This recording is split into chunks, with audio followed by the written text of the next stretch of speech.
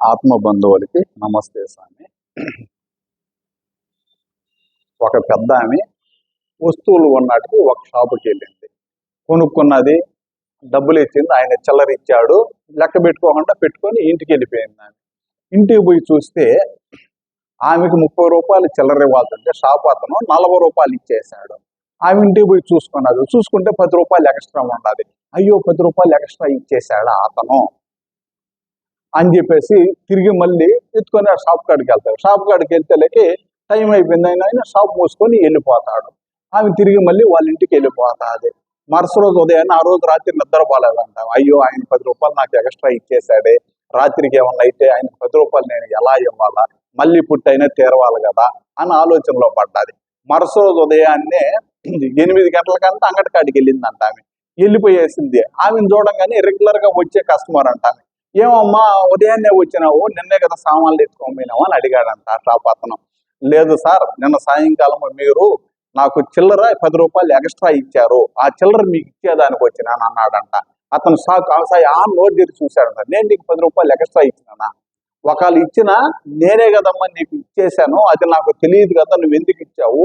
అయినా నువ్వు వస్తువులు కొనేటప్పుడు 5 రూపాయలు తగ్గేది అని చెప్పేసి బేరం అడిగావు కదా, నేను తగ్గించలేదు నీకు, నాకు గిట్టుబాటు కాదమ్మని చెప్పి కరాకంటిగా చెప్పినాను, కానీ నీకు 10 రూపాయలు ఎక్స్ట్రా ఇచ్చినని చెప్పి తీసుకొచ్చావు, ఏంది విషయము అని అడిగాడంట.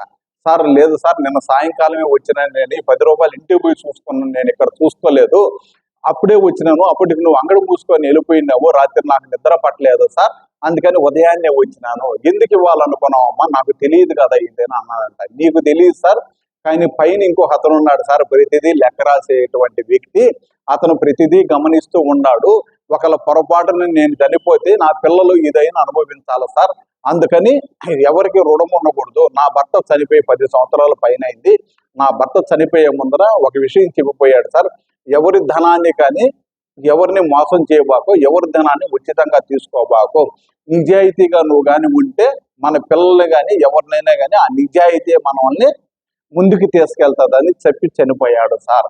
అందుకని అప్పటి నుంచి నేను నా బిడ్డలు కూడా 10 ఇళ్లలో పాచి పని చేసి పిల్లల్ని సాగుతూ ఉన్నాను, వాళ్ళని చదివిస్తూ ఉన్నాను సార్, నాకు ఎలాంటి ఇబ్బంది లేదు అని చెప్పేసి వెళ్తా ఉన్నానమ్మా, నువ్వు ఎక్కడ ఉంటావు అని అడిగాడంట. 10 కిలోమీటర్లు అవతల ఉంటావు సార్, మీ దగ్గర నుంచి 10 కిలోమీటర్ల దూరంలో ఉంటాను అన్నాడంట. అతను ఇంకా షాక్ అయిపోయినాడంట. 10 కిలోమీటర్ల నుంచి 2 సార్లు వచ్చి నాకు 10 రూపాయలు ఇచ్చేసిపోతున్నావు అంటే ఆమెకి బయటకు వచ్చేసి ఆమె పాదాలకి నమస్కారం చేసి, తల్లి నీలాంటి వాళ్ళు లక్షణంగా ఉండాలి, తల్లి నీలాంటి వాళ్ళని చూసి అందరూ కూడా నిజాయితీ పరులు కావాలి అని చెప్పేసి అనుకుంటూ లోపలికి పోయినాడంట. టక్కున అతనికి ఒక విషయం గుర్తుకొస్తుందంట. నిన్న సాయంకాలం అతను సరుకులు తెచ్చే కాడ ఒక 500 రూపాయలు అంగట ఆయనకి ఇవ్వకుండా లెక్క చెప్పేసి వచ్చేసాడంట. అది టక్కున గుర్తుకొస్తుందంట అతనికి. నిన్న సాయంకాలము నేను సరుకులు తెచ్చే కాడ 500 రూపాయలు వాడిని మోసం చేసి తెచ్చుకున్నాను కదా, ఇంత ముందు కూడా గతంలో కూడా మోసం చేస్తున్నాను, ముందు ఏదైతే అయిందని చెప్పేసి వాళ్ళ గుమస్తాకి చెప్పేసి వరి ఇప్పుడే వస్తాను ఉండరని చెప్పేసి స్కూటర్ వేసుకొని 500 గల్లాలో తీసుకొని వెళ్తాడంట షాప్ కాడికి. ఆ షాప్ కాడికి వెళ్ళంగానే అతను ఏమో ఉదయాన్నే వచ్చిన వాడిని అడుగుతాడంట. నేను సాయంకాలం 500 రూపాయలు పొరపాటుని నేను మోసం చేశాను, 500 ఇచ్చిపోయేదానికి వచ్చినానంట. 500 నన్ను మోసం చేసావు, అయినా నాకు తెలియదు కదరా, అయినా ఇంత ఉదయాన్నే రాకపోతేమో సాయంకాలం ఎట్లా సామాన్లకు అప్పుడు రావచ్చు కదా అంట. ఏమో ఈ లోపల నేను చచ్చిపోతే పైవాడు వదలడు కదా, నా బిడ్డలు అనుభవించవలసి వస్తుంది, దానికని ఎప్పుడు బాకీ అప్పుడు తీర్చేస్తే బాగుంటుందని చెప్పేసి నీ 500 ఇచ్చిపోయేదానికి వచ్చిన ఆయన నీ 500 తీసుకోమని చెప్పేసి ఇచ్చేసి వెళ్తాడంట. అప్పుడు ఆ 500 ఎవరైతే తీసుకుంటాడో అతను ఆలోచనలో పడతాడంట. ఒక 10 సంవత్సరాల క్రితము వాళ్ళ ఫ్రెండ్ దగ్గర ఒక 2 లక్షల రూపాయలు అప్పుగా తీసుకుంటాడంట. తీసుకున్న తర్వాత కొద్ది రోజులకి వాళ్ళ ఫ్రెండ్ చనిపోతాడంట. వాళ్ళ ఇంట్లో వాళ్ళ ఫ్రెండ్ చెప్పలేదు, నేను పలానోడికి 2 లక్షలు ఇచ్చున్నానని చెప్పేసి.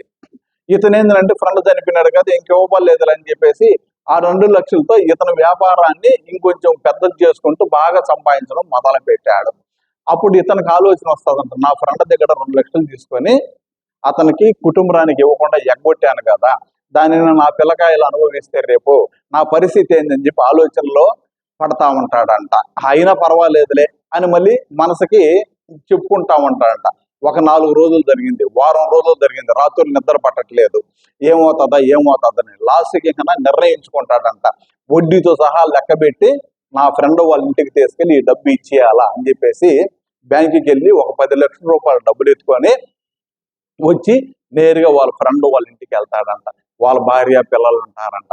వాళ్ళ భార్య కాళ్ళు పెట్టుకొని, అమ్మ నేను ఇట్లా మీ ఆయన దగ్గర 2 లక్షలు అప్పు తీసుకున్నాను ఆ రోజుల్లోనూ, మీ భర్త చనిపోయినాడు కాబట్టి ఇవ్వకుండా మోసం చేయాలని చెప్పేసి చూసినాను, కానీ ఈ రోజుకి నా ఫ్రెండ్ వచ్చి నాకు జ్ఞానోదయం కలిగించాడు, నువ్వు తెలియదు, నీ కుటుంబ సభ్యులకు తెలియదు, కానీ పైవాడు ఒకడు ఉన్నాడు కదా, ఈ లెక్కలన్నీ రాస్తూ ఉంటాడు, నేను నా బిడ్డలు అనుభవించవలసి వస్తుందని చెప్పేసి నీ అప్పు నేను తీసుకొచ్చి ఇస్తూ ఉన్నాను తల్లి, నన్ను క్షమించి నన్ను ఆశీర్వదించు అంటాడంట. అప్పుడు ఆ తల్లి చెప్తాదంట, పర్వాలేదు నాయన, నా బిడ్డల్ని నా భర్త ఇచ్చిన అభిమానంతో ధైర్యంతో నా బిడ్డల్ని బాగానే చాపుకుంటున్నాను నేను, నువ్వు లక్షణంగా ఉండనా, ఇంకెవరిని మోసం చేయకుండా నువ్వు నీ కుటుంబ సభ్యులు ఆనందంగా ఉండాలని దీవిస్తాదంట. తీరా చూడబోతే ఆ మహిళ ఎవరంటే 10 రూపాయలు తెచ్చి ఇచ్చింది కదా నిన్న ఎక్స్ట్రా వచ్చిందని, ఆ మహిళనంట ఈ 10 లక్షల రూపాయలు ఆమె చేతికే చేరుతుందంట.